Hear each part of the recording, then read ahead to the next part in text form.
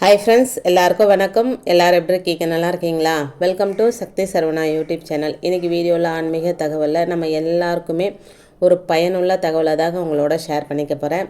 இப்போ தான் first time என்னோடய வீடியோஸ்லாம் நீங்கள் பார்க்குறீங்க அப்படின்னா ப்ளீஸ் சேனலுக்கு சப்ஸ்கிரைப் பண்ணி சப்போர்ட் பண்ணுங்கள். நீங்கள் பண்ணுற ஒவ்வொரு சப்போர்ட்டும் தாங்க எனக்கு அடுத்தடுத்த வீடியோ பண்ணுறதுக்கு ஒரு மோட்டிவேட்டாக இருக்குங்க. அதனால் வீடியோ பார்க்குற எல்லாருமே ஒரு சப்ஸ்கிரைப் பண்ணி சப்போர்ட் பண்ணுங்கள் ஃப்ரெண்ட்ஸ். இப்போ வாங்க வீடியோக்குள்ளே போகலாம். வீட்டில் தங்கம் சேர்ந்து கொண்டே இருக்க இதை மட்டும் பண்ணுங்க போதும். அது என்ன பண்ணணும், எப்படி பண்ணணும் அப்படின்றத பார்க்கலாம் வாங்க.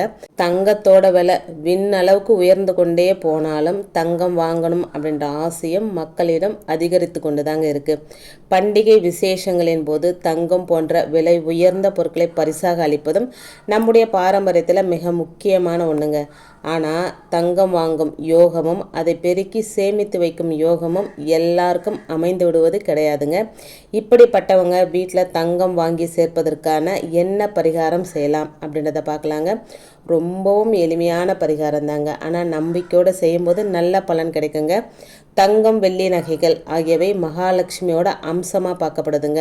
தங்கம் அல்லது தங்க நகைகள் தற்போதைய காலகட்டத்தில் கௌரவத்தோட அடையாளமாக மாறிட்டதுனால தங்கம் வாங்கும் ஆர்வம் எல்லார்கிட்டையும் அதிகரிச்சிருக்குங்க. அது மட்டும் இல்லாமல் தங்கத்தை வாங்கி வைக்கிறது ஒரு சேமிப்பாகவும் பார்க்கப்படுதுங்க. ஒரு அவசர தேவைக்கு தங்கம் வீட்டில் இருந்தால் அதை பயன்படுத்தி நம்மளுடைய அவசர தேவையை பூர்த்தி செய்து கொள்ளலாம். அதற்காகவும் தங்கம் வாங்குறவங்களும் உண்டுங்க.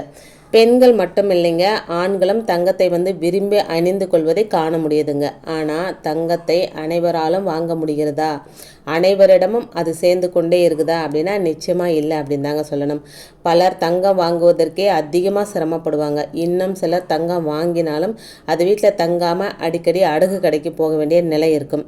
அல்லது நெருக்கடியான சூழ்நிலையால் கஷ்டப்பட்டு வாங்கிய தங்கத்தை விற்க வேண்டிய நிலையும் ஏற்படும். ஆனால் தங்கம் வாங்குவதற்கும் வீட்டில் தங்கம் சேர்ந்து கொண்டே இருப்பதற்கும் எளிய பரிகாரத்தை செஞ்சாலே போதுங்க. சாஸ்திரத்துல தங்கத்திற்கு கிரகமாக சொல்லப்படுவது குரு பகவான். ஜாதகத்துல குருபலம் பெற்றிருந்தால் அவங்களுக்கு தங்கம் வாங்கும் யோகம் அமையும். தங்கம் தொடர்ந்து சேர்ந்து கொண்டே இருக்கும். குருபலம் இல்லை அப்படின்னாலும் தங்கம் வாங்குவதிலும் சேமிப்பதிலும் சிரமம் இருக்கும். ஜாதகத்தில் குருபலம் அதிகரிக்க வேண்டும் அப்படின்றவங்க திருச்செந்தூர் போய் வழிபட்டு வரலாங்க.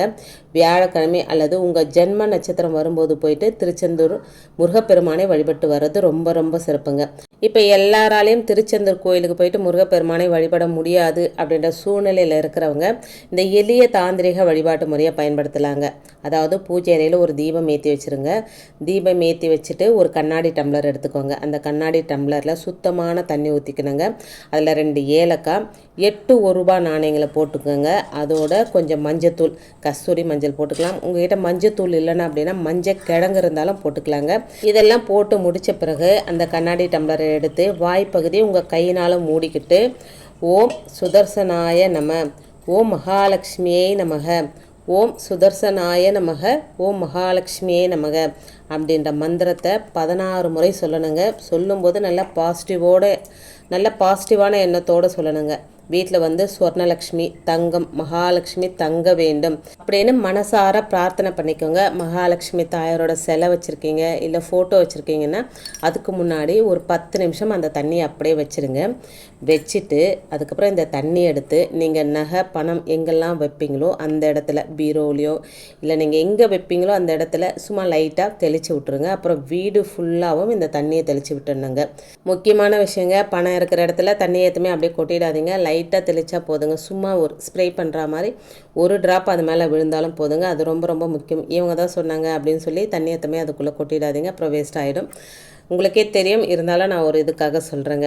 அதுக்கப்புறம் இந்த தண்ணியை உங்கள் மேலே கொஞ்சம் தெளிச்சிக்கோங்க. வீடு ஃபுல்லாக தெளிச்சுட்டு உங்கள் மேலே கொஞ்சம் தெளிச்சிக்கோங்க. உங்கள் குடும்பத்தில் எத்தனை பேர் இருக்கிறாங்களோ அவங்க மேலேயும் இந்த தண்ணியை தெளிக்கலாங்க. அதுக்கப்புறம் இது என்னைக்கு செய்யணும் அப்படின்றதுல தாங்க இருக்குது சூட்சமே. வெள்ளிக்கிழமையில் சுக்கிர ஓரையில் தாங்க இந்த பரிகாரத்தை நீங்கள் செய்யணும். இந்த பரிகாரத்தை தொடர்ந்து செஞ்சுட்டு வந்தீங்க அப்படின்னா நல்ல மாற்றங்கள் ஏற்படுங்க. வீட்டில் பணம் தங்கம் சேர்ந்து கொண்டே இருக்கும். மகாலட்சுமியோட அருள் நிறைஞ்சு இருக்குங்க. பணவரவு அதிகரித்து கொண்டே இருக்கும். வெள்ளிக்கிழமையில் சுக்கிர ஓர டைம் காலையில் 6 to 7, மதியம் வந்து 1லிருந்து 2, நைட் வந்து 8லேருந்து 9 இது தாங்க சுக்கிர ஓர டைம். இந்த டைமில் உங்களுக்கு எந்த டைம் கன்வீனியண்ட்டாக இருக்கோ, காலையிலையா மத்தியானமா இல்லை நைட்டா அப்படின்றத நீங்கள் முடிவு பண்ணிக்கோங்க. முதல் வாரம் எந்த நேரத்தில் செய்கிறீங்களோ, காலையில் செஞ்சால் தொடர்ந்து நீங்கள் காலையிலே செய்யணுங்க, மதியம் செஞ்சால் தொடர்ந்து மதியத்தில் செய்யணும்.